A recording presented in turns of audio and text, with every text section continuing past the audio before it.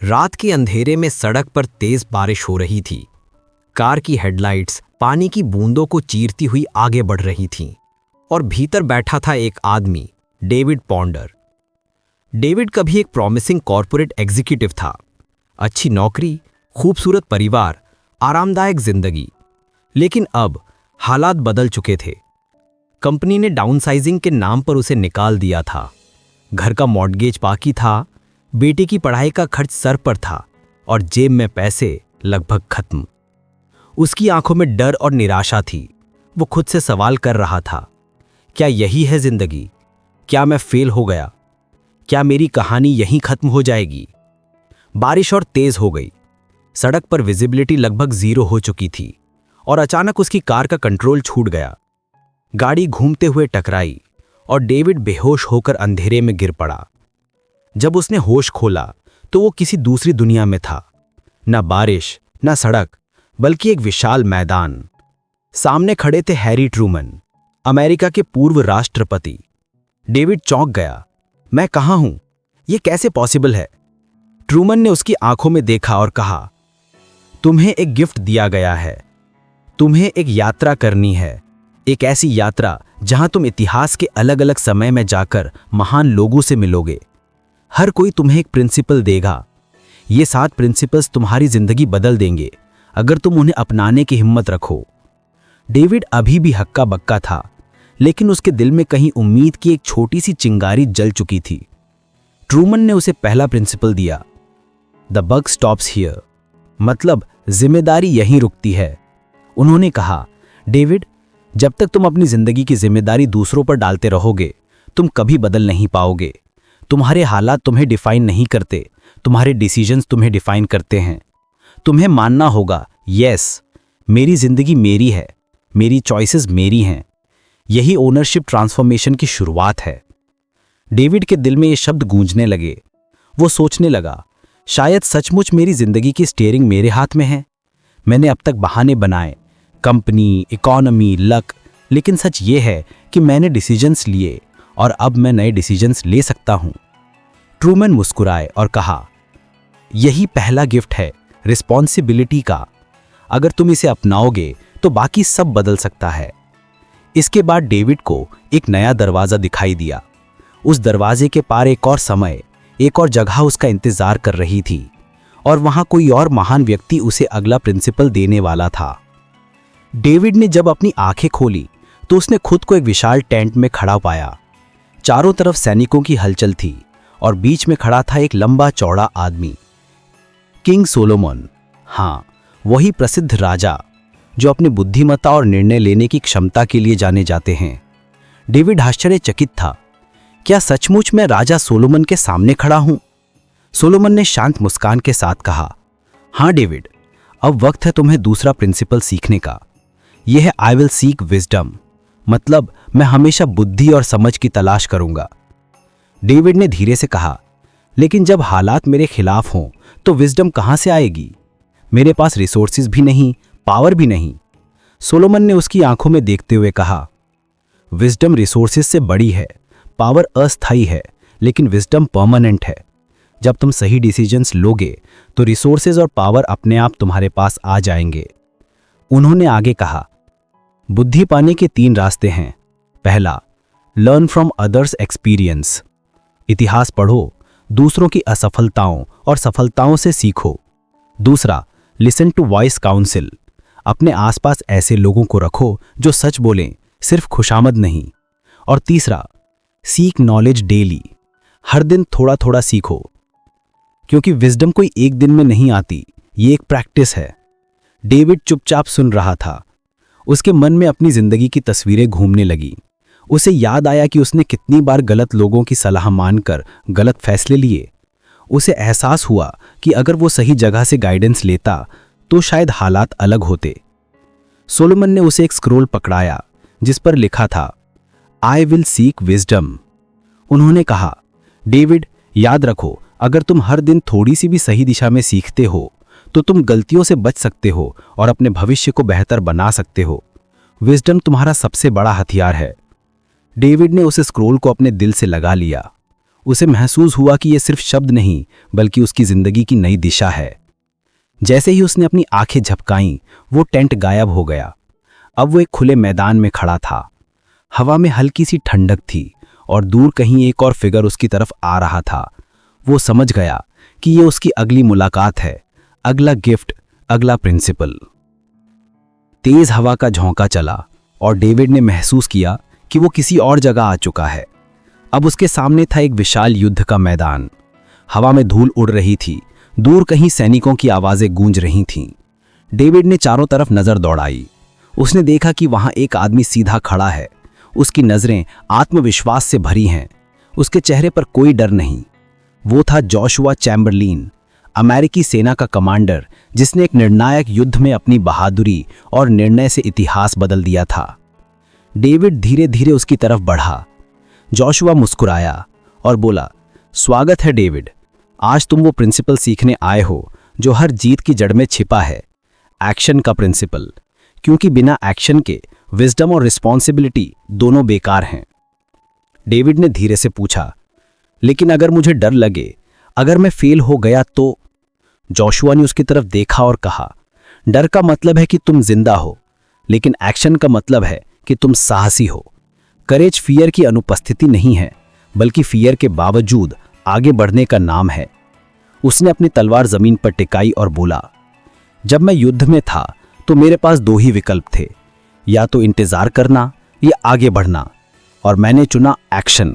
क्योंकि इतिहास कभी स्पेक्टेटर्स नहीं लिखते, वह हमेशा एक्शन लेने वालों के नाम होता है। डेविड ध्यान से सुन रहा था। जोशुआ ने आगे कहा, तुम्हारी जिंदगी में भी यही नियम लागू होता है। हर बार जब तुम डिसीजन लेने से डरते हो, यूनिवर्स तुम्हारा इंतजार नहीं करती, वो किसी और को मौका दे देती है। इसलिए अगर तुम्हारे पास कोई आइडिया है तो उसे करने में देर मत करो, क्योंकि आइडियाज हवा की तरह हैं। अगर तुम नहीं पकड़ोगे तो वो किसी और के पास चले जाएंगे। डेविड को अपने जीवन की तस्वीरें याद आने लगीं। उसे समझ में आ गया कि कितनी बार उसने अच्छे आइडियाज को सिर्फ इसलिए छोड़ दिया क्योंकि उसे डर था, क्या होगा अगर फेल हुआ तो। लेकिन अब उसकी सोच बदलने लगी थी। जोशुआ के शब्द उसके दिल में उतर रहे थे। डेविड, जोशुआ ने कहा, हर इंसान के जीवन में एक ऐसा पल आता है जब उसे या तो पीछे हटना होता है या आगे बढ़ना। जो पीछे हटता है वो हमेशा रिग्रेट करता है, जो आगे बढ़ता है वो चाहे गिरे लेकिन सीखता है, बढ़ता है और अंततः जीतता है। तुम्हें अब से खुद से ये कहना होगा, I am a person of action. मैं वो इंसान हूं जो सोचता नहीं, करता है। उसमें आगे कहा, जब तक तुम अपॉर्चुनिटी का इंतजार करते रहोगे, तुम दूसरों की कहानी का हिस्सा बनोगे, लेकिन जब तुम खुद एक्शन लोगे, तुम अपनी कहानी लिखोगे। डेविड ने उसकी तरफ देखा और पूछा, क्या कभी आपको डर नहीं लगा? जोशुआ ने मुस्कुराते हुए कहा, हर बार, लेकिन मैंने डर को अपने कदमों के नीचे दबाना सीख लिया। क्योंकि जब तुम डर के बावजूद एक्शन लेते हो तो डर खुद धीरे धीरे पीछे हट जाता है। डेविड के भीतर कुछ बदल गया था। उसे समझ में आ गया कि अगर उसे अपनी जिंदगी बदलनी है तो उसे सोचने से ज्यादा करने पर ध्यान देना होगा। वो धीरे धीरे उस युद्ध के मैदान में चला और महसूस किया कि उसके कदम अब पहले से मजबूत हैं।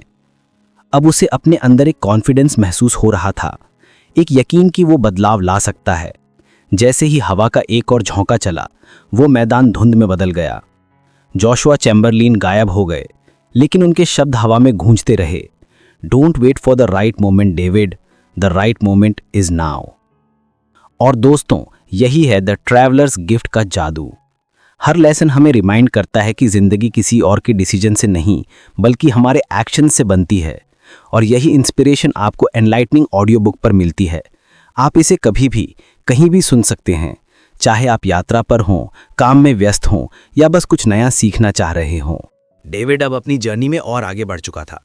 रिस्पॉन्सिबिलिटी और विजडम के बाद अब उसे समझ आ गया था कि जीवन में मूवमेंट ही पावर है। लेकिन उसकी यात्रा अभी खत्म नहीं हुई थी। अगला प्रिंसिपल उसे और ऊंचा उठाने वाला था। धीरे धीरे अंधेरा छटने लगा। डेविड ने महसूस किया कि वो अब किसी बहुत पुराने युग में खड़ा है। उसके सामने एक साधारण सी झोपड़ी थी और दरवाजे से एक आदमी बाहर निकला, चेहरा शांत, आंखों में दृढ़ता और दया दोनों। वो था अब्राहम लिंकन, अमेरिका का राष्ट्रपति, जिसने अपनी जिंदगी में अनगिनत असफलताएं देखी लेकिन कभी हार नहीं मानी। लिंकन ने डेविड की तरफ देखा और मुस्कुराते हुए कहा, तो तुम हो वो यात्री जो अपनी जिंदगी में आंसर्स ढूंढ रहा है। डेविड ने सर हिलाया। हाँ, मैं बहुत कोशिश कर रहा हूं, लेकिन सब कुछ बार बार टूट जाता है। कभी लगता है जैसे कुछ अच्छा शुरू होने ही नहीं देता। लिंकन उसके करीब आकर बोले, डेविड, जिंदगी का हर कठिन समय तुम्हें गिराने नहीं बल्कि उठाने के लिए आता है, क्योंकि कठिनाई कैरेक्टर को बनाती है और कैरेक्टर डेस्टिनी को। वो उसे पास ले गए और बोले, मेरा जीवन देखो, मैं बचपन में गरीब था, बार बार व्यापार में फेल हुआ, इलेक्शन में बार बार हारा, यहां तक कि मैं डिप्रेशन से भी गुजरा। लेकिन मैंने कभी खुद से ये नहीं कहा कि अब बस। मैंने हमेशा ये कहा कि this too shall pass. David ने धीरे से दोहराया, this too shall pass. Lincoln ने सर हिलाया और कहा, यही है चौथा principle, I have a decided heart. मतलब मेरा दिल तय कर चुका है, मैं किसी भी परिस्थिति में अपने फेथ से पीछे नहीं हटूंगा। उन्होंने आगे कहा, जिंदगी का सबसे बड़ा जाल है डाउट। जब भी तुम कोई डिसीजन लेते हो, डाउट तुम्हारे कान में विस्पर करता है, क्या तुम सच में कर पाओगे? और अगर तुम उसे सुनते हो तो तुम्हारी स्ट्रेंथ वहीं खत्म हो जाती है। लेकिन अगर तुम अपने दिल की आवाज़ सुनो और आगे बढ़ो तो कोई भी चीज़ तुम्हें नहीं रोक सकती। डेविड ने गहरी सांस ली। उसे याद आया कि कैसे उसने कई बार अपने सपनों को छोड़ दिया था, सिर्फ इसलिए क्योंकि उसे यकीन नहीं था कि वो कर पाएगा। लिंकन ने कहा, डेविड, फेथ का मतलब ये नहीं कि सब कुछ साफ दिखाई दे। फेथ का मतलब है कि तुम अंधेरे में भी एक कदम आगे बढ़ाओ, क्योंकि तुम्हें यकीन है कि रास्ता वहीं खुलेगा। उन्होंने अपनी जेब से एक पुराना पत्र निकाला और डेविड के हाथ में दिया। उस पर लिखा था, my heart is decided, I will not quit, I will persevere until my purpose is fulfilled. Lincoln बोले, तुम्हें यह समझना होगा कि हार सिर्फ तब होती है जब तुम रुक जाते हो, otherwise every failure is just a step towards victory. David की आंखें नम हो गई। उसे महसूस हुआ कि यह प्रिंसिपल सिर्फ शब्द नहीं बल्कि जीवन की शक्ति है। उसने खुद से कहा, मैं भी अब डाउटर नहीं रहूंगा, आई have a decided heart. Lincoln ने उसकी तरफ देखा और मुस्कुराए, अब तुम समझ गए हो डेविड, जिंदगी तुम्हें बार बार गिराएगी, लेकिन हर बार तुम्हें याद रखना होगा, फेथ और डिसीजन साथ हों तो असंभव भी संभव बन जाता है। धीरे धीरे हवा का झोंका आया, लिंकन की झोपड़ी धुंध में बदल गई और डेविड फिर से समय के पार गिरने लगा, एक नई जगह, एक नई सीख की तरफ। डेविड ने महसूस किया कि उसके पैरों के नीचे ठोस जमीन नहीं रही। वो फिर से हवा में गिरता हुआ किसी और जगह जा रहा है। धीरे धीरे उसे लगा कि वो किसी शांत जगह पर उतरा है। चारों तरफ रोशनी थी, न बहुत तेज न बहुत हल्की। सामने एक आदमी खड़ा था जिसके चेहरे पर दया और करुणा की गहरी झलक थी। वो था जीसस ऑफ नाज़रेथ। डेविड घबराया हुआ था, उसके होंठ सूख गए, वो कुछ बोल नहीं पा रहा था। जीसस ने उसकी आंखों में देखकर कहा, डेविड, डरो मत, तुम यहां सीखने आए हो, सजा पाने नहीं। डेविड ने सर झुका के कहा, मैंने बहुत लोगों से गलती की है, मैंने खुद से भी नफरत की है, मैंने दूसरों को भी ब्लेम किया है, शायद मैं माफ़ी के लायक नहीं। जीसस ने उसकी तरफ देखा और शांत स्वर में कहा, हर इंसान गलती करता है, लेकिन जो खुद को माफ़ कर लेता है वही सच्चा आज़ाद होता है। उन्होंने आगे कहा, यही है पांचवा principle David, today I will choose to forgive. आज मैं माफ़ करना चुनूंगा। डेविड ने धीमे स्वर में पूछा, लेकिन क्यों? अगर किसी ने मुझे दुख दिया है तो मैं कैसे माफ़ कर दूं? जीसस ने उसकी तरफ बढ़ते हुए कहा, क्योंकि फॉरगिवनेस दूसरों के लिए नहीं, तुम्हारे लिए है।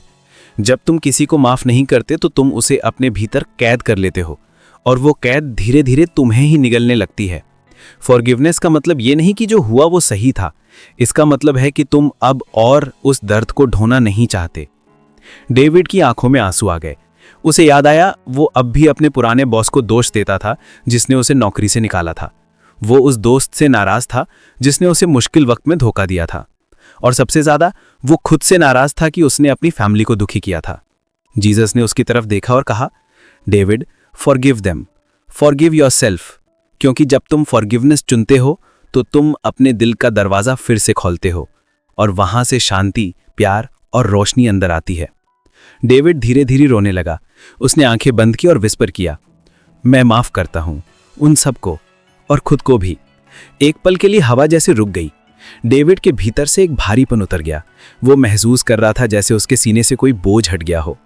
जीसस ने मुस्कुराकर कहा, अब तुम समझ गए डेविड, फॉरगिवनेस कमजोरी नहीं, ये सबसे बड़ी ताकत है, क्योंकि जो माफ करता है वो जीतता है। डेविड ने देखा सामने रोशनी का एक द्वार खुल गया। जीसस की आवाज हवा में गूंज रही थी, forgive them for they know not what they do. धीरे धीरे वो रोशनी में समा गया। अब डेविड के चेहरे पर शांति थी, डल की जगह फेथ था और उसके दिल में एक नई क्लैरिटी थी। Forgiveness is freedom. और दोस्तों, यही है द ट्रैवलर्स गिफ्ट का सबसे सोलफुल पार्ट, क्योंकि सच्ची सफलता तब तक अधूरी है जब तक दिल में पुरानी नफरतें और दर्द बैठे हों। फॉरगिवनेस आपको केवल दूसरों से नहीं, अपने अतीत से भी मुक्त करता है। और यही बात हम बार बार महसूस करते हैं जब हम ऐसी ऑडियो बुक सुनते हैं, कभी भी कहीं भी, चाहे चलते फिरते हों या रात को सोने से पहले, क्योंकि यही तो है एनलाइटनिंग ऑडियो बुक का मकसद, आपकी सोच को हील करना, इंस्पायर करना और ट्रांसफॉर्म करना। अब डेविड हल्का महसूस कर रहा था। वो जानता था कि उसका सफर अभी खत्म नहीं हुआ है। अब उसे अगला प्रिंसिपल सीखना था, वो प्रिंसिपल जो सिखाएगा कि आशा और विश्वास से भरा इंसान कभी पराजित नहीं होता। डेविड ने महसूस किया कि उसके पैरों के नीचे जमीन फिर बदल गई है। इस बार हवा में गर्मी थी, दूर से ढोल और नारों की आवाजें सुनाई दे रही थीं। वो किसी युद्ध भूमि या किसी आंदोलन के बीच में था। धूल धीरे धीरे छटी और सामने खड़ा दिखा एक आदमी, लंबा गंभीर चेहरा और आंखों में अनोखी चमक। वो था क्रिस्टोफर कोलंबस, वो इंसान जिसने पूरी दुनिया को यह दिखाया कि असंभव भी संभव हो सकता है। डेविड ने आश्चर्य से पूछा, क्या आप सच में वो हैं जिन्होंने दुनिया को साबित किया कि धरती गोल है? कोलंबस मुस्कुराए, हाँ, लेकिन उससे भी बड़ी बात यह थी, मैंने हार नहीं मानी। हर कोई कह रहा था कि मैं गलत हूं, कि मेरा सफर बेकार है, पर मैं जानता था अगर मैं रुक गया तो मैं हमेशा के लिए खत्म हो जाऊंगा। डेविड ने पूछा, आपको कैसे पता था कि आप सही हैं? कोलंबस ने शांत स्वर में कहा, मुझे नहीं पता था, लेकिन मुझे यकीन था कि अगर मैं चलता रहूंगा तो कुछ ना कुछ जरूर मिलेगा। यही है छठा principle David, I will persist without exception. मैं किसी भी स्थिति में डटा रहूंगा। उन्होंने आगे कहा, जिंदगी में हर व्यक्ति को दो रास्ते मिलते हैं, एक आसान जो तुरंत राहत देता है और दूसरा कठिन जो अंत में सच्ची जीत देता है। सफल वही होता है जो कठिन रास्ता चुनता है और उस पर डटा रहता है। डेविड चुपचाप सुन रहा था। उसे अपने हालात याद आए। कितनी बार उसने मुश्किल देखकर हार मान ली थी, कितनी बार उसने अपने सपनों से समझौता किया था। कोलंबस ने उसकी तरफ देखा और कहा, डेविड, जब मैं समुद्र पर था तो कई हफ्तों तक हमें लैंड नहीं दिखी। मेरे साथी डर गए, उन्होंने कहा वापस चलो, लेकिन मैंने कहा आगे बढ़ो। और जानते हो क्या हुआ? 3 दिन बाद हमें जमीन दिखाई दी। अगर मैं उस वक्त रुक जाता तो इतिहास मुझे कभी याद नहीं रखता। डेविड के दिल में आग सी जल उठी। वो समझ गया, असली फर्क कभी भी कितनी बार गिरते हो मैं नहीं, बल्कि कितनी बार उठते हो मैं होता है। कोलंबस ने आगे कहा, परसिस्टेंस का मतलब है तुम तब भी आगे बढ़ो जब कोई उम्मीद ना दिखे, क्योंकि उम्मीद हमेशा आगे होती है, पीछे नहीं। हर असफलता बस ये पूछती है कि क्या तुम्हारे अंदर कोशिश जारी रखने की हिम्मत है। डेविड ने सर उठाया। अब उसकी आंखों में थकान नहीं, संकल्प था। कोलंबस ने कहा, डेविड, तुमसे पहले कई लोग ये रास्ता छोड़ चुके हैं, लेकिन अगर तुम चलोगे तो तुम मंजिल देखोगे। हर बार जब तुम्हें लगे कि रास्ता खत्म हो गया है, याद रखना, रास्ता वहीं से शुरू होता है जहां लोग रुक जाते हैं। डेविड ने धीरे से कहा, आई will persist without exception. Columbus मुस्कुराए, ये ही स्पिरिट चाहिए। सक्सेस किसी लकी इंसान की प्रॉपर्टी नहीं होती, वो उन लोगों की होती है जो लगातार चलते रहते हैं, भले ही दुनिया उन्हें पागल कहे। डेविड के कानों में अब लहरों की आवाज थी, हवा में समंदर की खुशबू थी। उसे महसूस हुआ जैसे जहाज उसकी आत्मा में तैर रहा है। वो अब जानता था कि उसका सफर खत्म नहीं हुआ, वो तो अब शुरू हुआ है। धीरे धीरे हवा में एक चमक उठी, कोलंबस की आकृति धुंधली हुई और डेविड फिर से उस अज्ञात प्रकाश में समा गया, एक नए लेसन की तरफ, एक नए प्रिंसिपल की तरफ। डेविड धीरे धीरे आंखें खोलता है। अब वो किसी पहाड़ी की चोटी पर खड़ा है। सामने सूरज उग रहा है, सुनहरी रोशनी उसके चेहरे को छू रही है। हवा में एक अजीब सी शांति है, जैसे सब कुछ ठहर गया हो। और वहां एक चट्टान पर खड़ा है एक जाना पहचाना चेहरा, आर्कएंजल गैब्रियल, जो अब उसे एक अंतिम गिफ्ट देने वाला है। डेविड थोड़ा झिझकते हुए आगे बढ़ता है। गैब्रियल उसकी तरफ देखकर मुस्कुराता है। डेविड, तुम्हारी यात्रा पूरी होने वाली है। तुमने जिम्मेदारी, बुद्धि, कार्यवाही, धैर्य, क्षमा और दृढ़ता सीख ली है, लेकिन अब तुम्हें वो प्रिंसिपल सीखना है जो इन सबको जीवित रखता है, the power of choice. David ध्यान से सुन रहा था। गैब्रियल ने कहा, डेविड, तुम्हारे सामने दो रास्ते आते हैं, एक डर का, एक विश्वास का, एक शिकायत का, एक कृतज्ञता का, एक आलस्य का, एक प्रयास का, और हर बार जो तुम चुनते हो वही तुम्हारी जिंदगी बन जाता है। डेविड ने धीरे से पूछा, तो क्या हम अपनी किस्मत खुद बनाते हैं? गैब्रियल मुस्कुराया, बिल्कुल। किस्मत कोई रहस्यमय शक्ति नहीं है जो बाहर से तुम्हें चलाती है। ये तो तुम्हारे रोजमर्रा के डिसीजंस का जोड़ है। हर हाँ और हर ना तुम्हारे भविष्य का आकार तय करती है, और जब तुम ये समझ लेते हो तो तुम क्रिएटर बन जाते हो, विक्टिम नहीं। उन्होंने आगे कहा, यही 7वां प्रिंसिपल है David. I will choose to be happy, I will choose to believe, I will choose my destiny. Gabriel ने अपने हाथ फैलाए। डेविड, जीवन हर दिन तुम्हें खाली कैनवस देता है। उस पर तुम डर, दर्द और पश्चाताप के रंग भर सकते हो, या फिर फेथ, करेज और ग्रैटिट्यूड के रंग। चुनाव तुम्हारा है। डेविड के मन में एक क्लैरिटी उतरने लगी। उसे महसूस हुआ कि उसकी पूरी यात्रा उसे इसी एक लेसन तक लाने के लिए थी कि हैप्पीनेस कोई रिजल्ट नहीं बल्कि एक डिसीजन है। वो चुपचाप आसमान की तरफ देखने लगा। उसे लगा जैसे सूरज की रोशनी उसके भीतर उतर रही है। गैब्रियल की आवाज फिर गूंजी, डेविड, अब तुम्हारा समय आ गया है। जाओ और इस ज्ञान को अपने जीवन में उतारो। याद रखना, जो व्यक्ति खुद पर विश्वास करता है उसके लिए असंभव कुछ नहीं। डेविड ने सर झुकाया और कहा, I choose faith, I choose happiness, I choose life. जैसे ही उसने ये शब्द कहे, पूरा दृश्य सुनहरी रोशनी में बदल गया। एक झोंका आया और अचानक वो वापस उसी सड़क पर था जहां से उसकी यात्रा शुरू हुई थी। लेकिन अब वो वही आदमी नहीं था। अब वो जानता था कि हर संघर्ष, हर असफलता, हर डर एक नया निर्णय मांगता है। उसने आसमान की तरफ देखा और मुस्कुराया। वो जानता था जिंदगी फिर कठिन होगी, लेकिन अब वो तैयार है, क्योंकि अब उसके पास 7 गिफ्ट्स थे, 7 प्रिंसिपल्स जो उसे हर अंधेरे में रास्ता दिखाएंगे। उसने अपनी जेब में हाथ डाला। वहां वो 7 स्क्रोल्स थे जो उसने अपनी यात्रा में पाए थे। हर एक पर शब्द खुद चमक रहे थे, और अंतिम स्क्रोल पर लिखा था, I will choose to live by faith and not by fear. उसने अपनी गाड़ी की तरफ कदम बढ़ाए। सड़क वही थी, लेकिन अब उसका नजरिया बदल चुका था। उसने इंजन चालू किया, हवा को महसूस किया और कहा, अब मेरी जिंदगी मेरी है।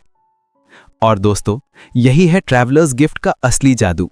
ये सिर्फ कहानी नहीं बल्कि एक जागृति है, क्योंकि जब हम ये समझ लेते हैं कि हमारे चुनाव ही हमारी कहानी लिखते हैं, तो हम हर दिन एक नया अध्याय शुरू कर सकते हैं। और यही शक्ति आपको मिलती है जब आप ऐसी ऑडियो बुक सुनते हैं जो सिर्फ जानकारी नहीं बल्कि ट्रांसफॉर्मेशन लाती हैं। आप उन्हें कहीं भी कभी भी सुन सकते हैं, यात्रा के दौरान, काम करते समय, या रात को शांति में लेटे हुए। और यही रीजन है कि मैं, संदीप, अपने चैनल एनलाइटनिंग ऑडियो बुक पर ऐसी ही किताबें आपके लिए लेकर आता हूं, ताकि आप सिर्फ सुने नहीं बल्कि महसूस करें और बदलें। तो दोस्तों, याद रखिए, हर दिन आपके पास 2 ऑप्शंस हैं, डर के साथ जीना या विश्वास के साथ। और जैसे डेविड ने सीखा, वैसे ही आप भी कह सकते हैं, I choose to believe, I choose to live fully, I choose my destiny. यही है जिंदगी का असली ट्रैवलर्स गिफ्ट, एक ऐसा गिफ्ट जो हम सबके पास है, बस हमें उसे पहचानना है। सुबह की ठंडी हवा चल रही थी। डेविड अपनी कार के बाहर खड़ा था, आसमान की तरफ देख रहा था। सूरज की सुनहरी किरणें जैसे उसके भीतर उतर रही थीं। वो मुस्कुरा रहा था, बहुत दिनों बाद एक सच्ची, शांत मुस्कान। अब उसके चेहरे पर वो थका हुआ, टूटा सा भाव नहीं था। अब उसकी आंखों में स्पष्टता थी, जैसे कोई धुंध हट गई हो और उसने पहली बार अपने जीवन का असली अर्थ देखा हो। उसने धीरे से कहा, मैंने अपने 7 गिफ्ट्स पा लिए हैं, लेकिन असली यात्रा अब शुरू होती है, इन गिफ्ट्स को जीने की। वो घर पहुंचा। उसकी पत्नी ने दरवाजा खोला, आंखों में हैरानी और राहत दोनों थे। डेविड, तुम ठीक हो? डेविड ने मुस्कुराते हुए कहा, पहली बार मैं सचमुच ठीक हूं। वो अपने छोटे से घर में गया। वो कमरा देखा जो कभी बोझ जैसा लगता था, अब वही कमरा उसे आशा का प्रतीक लग रहा था। वो अपनी बेटी के पास गया जो स्कूल जाने की तैयारी कर रही थी। उसने उसके सिर पर हाथ रखा और कहा, जानती हो, आज मैं तुमसे कुछ कहना चाहता हूं। डर के साथ जीना आसान है, लेकिन विश्वास के साथ जीना सच्चा साहस है। उसकी बेटी मुस्कुराई। डैडी, आज आप अलग लग रहे हैं। डेविड ने हंसते हुए कहा, हाँ, क्योंकि मैंने अपनी कहानी फिर से लिखनी शुरू की है। दिन बीतते गए। डेविड ने नौकरी ढूंढने की कोशिश की, लेकिन इस बार उसकी ऊर्जा अलग थी। वो किसी भी असफलता को हार नहीं समझता था। हर ना उसके लिए एक नया हाँ खोजने का अवसर बन चुका था। वो लोगों से मिलने लगा, नए आइडियाज़ पर काम करने लगा और सबसे बढ़कर उसने अपने भीतर से वो बोझ हटा दिया था, वो गिल्ट, वो डर और वो आत्मसंचय जो उसे अंदर से तोड़ रहा था। उसने एक दिन अपनी डायरी में लिखा, आज मैं अपने अतीत के लिए आभारी हूँ क्योंकि उसने मुझे समझाया कि मैं कौन नहीं बनना चाहता, और अपने भविष्य के लिए आभारी हूँ क्योंकि उसने मुझे याद दिलाया कि मैं क्या बन सकता हूँ। एक शाम वो पार्क में बैठा था, पास में कुछ बच्चे खेल रहे थे। डेविड के चेहरे पर संतोष था। उसने धीरे से कहा, यही तो जीवन है, एक यात्रा जहां हर मोड़ पर हम कुछ नया सीखते हैं। कभी हम गिरते हैं, कभी उठते हैं, लेकिन असली जीत तब होती है जब हम हार मानने से इनकार कर देते हैं। हवा में हल्की ठंडक थी। डेविड ने आंखें बंद की और अपने भीतर कहा, I am responsible for my life, I will seek wisdom, I am a person of action, I have a decided heart, I will choose to forgive, I will persist without exception, and I will choose to be happy. उसके होठों पर हल्की मुस्कान थी। ये सिर्फ 7 principles नहीं, ये उसकी नई पहचान थी। अब वो वही डेविड नहीं था जो कभी टूटा हुआ था। अब वो एक ट्रैवलर था जिसने ना सिर्फ जीवन की कठिनाइयों को झेला बल्कि उनसे अर्थ निकाल लिया। और दोस्तों, यही तो असली जादू है इस ऑडियो बुक का। द ट्रैवलर्स गिफ्ट हमें ये सिखाता है कि हम सब यात्री हैं। कभी जीवन हमें तोड़ता है, कभी सिखाता है, लेकिन हर बार हमें सिर्फ एक ही काम करना होता है, सीखना, बदलना और आगे बढ़ना।